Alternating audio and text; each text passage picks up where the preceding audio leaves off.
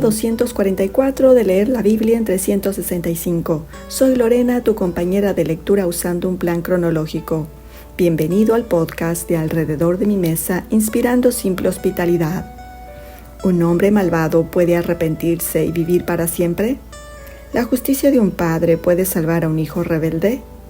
Dios responde hoy estas preguntas con inequívoca claridad y puede cambiar cómo tú ves la responsabilidad individual para siempre. Seguimos en el ministerio profético de Ezequiel, un sacerdote que fue puesto en el exilio, quien proclama la palabra de Dios desde Babilonia, mientras Jerusalén está a punto del colapso. Los capítulos de hoy son intensos.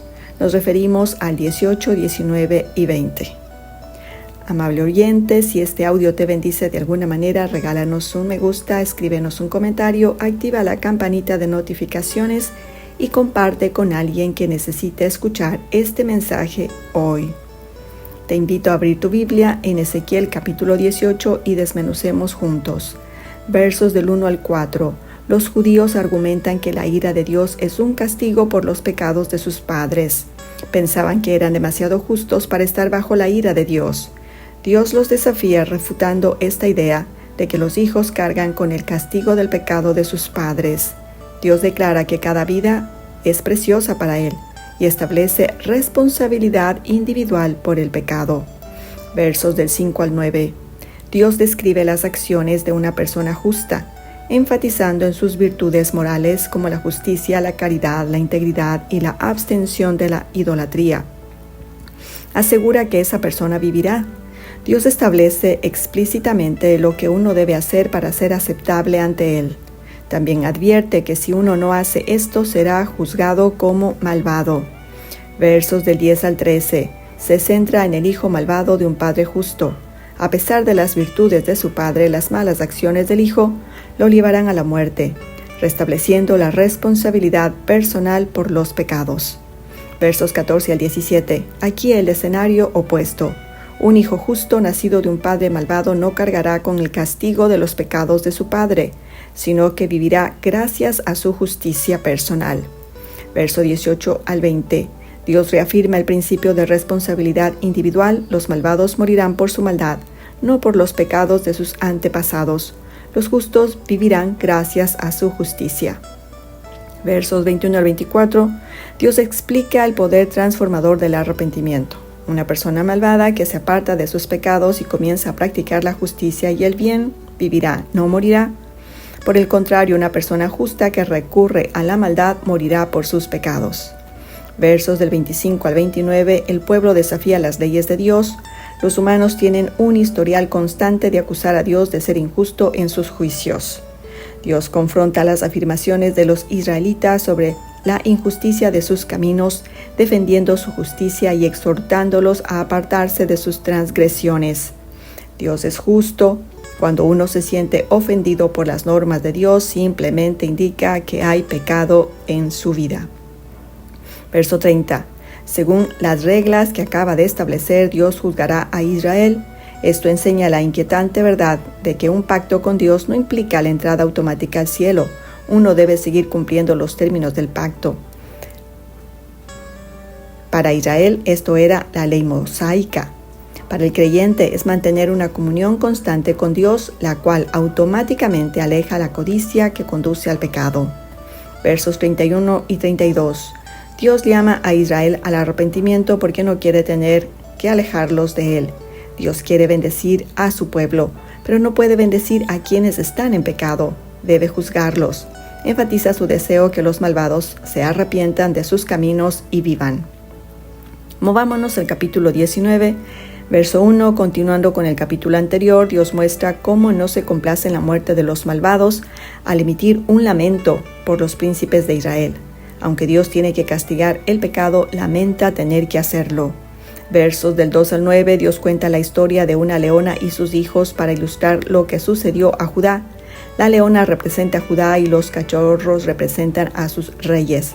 Judá era una nación poderosa bajo el reinado de David. Había conquistado gran parte del territorio, pero en la historia reciente, Joacás fue atacado y tomado prisionero por Egipto. Cuando le quitan el primer cachorro, la leona cría a un segundo que representa el siguiente rey, su hermano Joaquín, quien reinó en su lugar, pero pagando tributo a Egipto, y al igual que su predecesor es capturado y esta vez por los babilonios, lo que marca la caída de Jerusalén. A medida que la nación comenzaba a fortalecerse de nuevo, Joacim decidió rebelarse contra Babilonia, lo que provocó que Nabucodonosor sitiara a Jerusalén. Mientras el asedio continúa, Joacim murió. Su hijo Joaquín solo duró 3 meses más contra Nabucodonosor. Joaquín fue deportado junto con la mayor parte del pueblo y las riquezas del país. Así lo leemos en 2 de Crónicas, capítulo 36, versos 9 y 10. Aunque Judá tenía todo el potencial para ser león fuerte, su fuerza fue desmembrada y arrastrada bajo el dominio de otras naciones. Así como los leones dominan a los hombres, estas naciones de Egipto y Babilonia dominan a Judá. Esto es una lamentación porque los judíos deberían dominar a las naciones. Los leones de Judá deberían prosperar bajo la protección de la mano de Jehová en lugar de ser vulnerables a las naciones del mundo. Esta vulnerabilidad se debe a los pecados del pueblo y el resultado es que la fuerza de Judá se ha desvanecido y no volverá. Versos del 10 al 14, el capítulo pasa a otra alegoría donde Israel es representado como una vid fructífera. Sin embargo, debido a la ira y los fuertes vientos que simbolizan naciones extranjeras y el juicio de Dios, la vida es arrancada y quemada, dejándola marchitarse. Esto significa la caída y destrucción de la monarquía de Israel y la desolación de la tierra. Y por último, desmenucemos el capítulo 20, verso 1. Ezequiel fue llamado al 5º día del 4º mes del 5º año del cautiverio. Estos eventos se sitúan un poco más de 2 años desde el inicio del ministerio de Ezequiel. Versos 2 y 3. Dios dice que no hará lo que los ancianos desean, no será su adivino.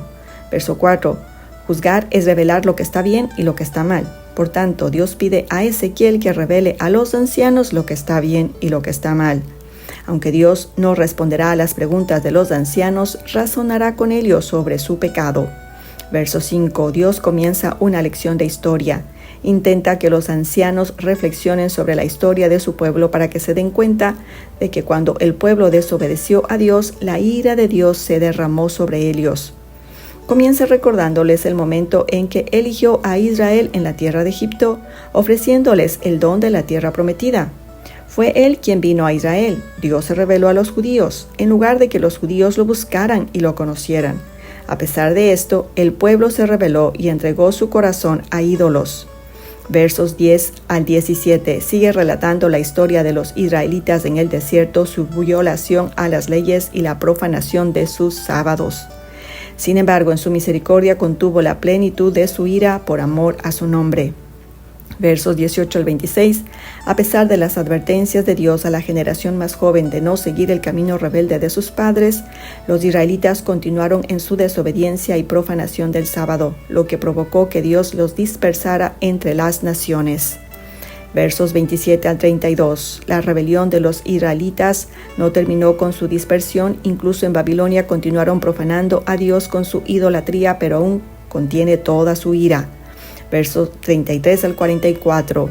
A pesar de su historia de rebelión, Dios promete futura restauración en la que los gobernará con mano fuerte y los traerá de regreso de las naciones donde han sido dispersados. Este será un tiempo de juicio y purificación donde el pueblo de Dios recordará su pasado, aborrecerá sus acciones y en última instancia servirá a Dios con todo su corazón. Versos 45 al 49. Describe el juicio de Dios contra Judá y Jerusalén, simbolizados por un bosque en el sur que será consumido por un fuego divino que nadie podrá extinguir.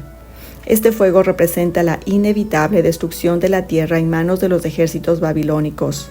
Sin embargo, el pueblo no comprenderá la parábola, considerándola solo una historia, pero se ve obligado a reconocer que el fuego divino de Dios vino como castigo por sus pecados. Hasta aquí el resumen de hoy. Revisemos los actos y acciones del Señor destacados en Ezequiel, capítulos 18, 19 y 20. Dios afirma que cada persona es responsable por su propio pecado, que no castigará al hijo por la culpa del padre y viceversa.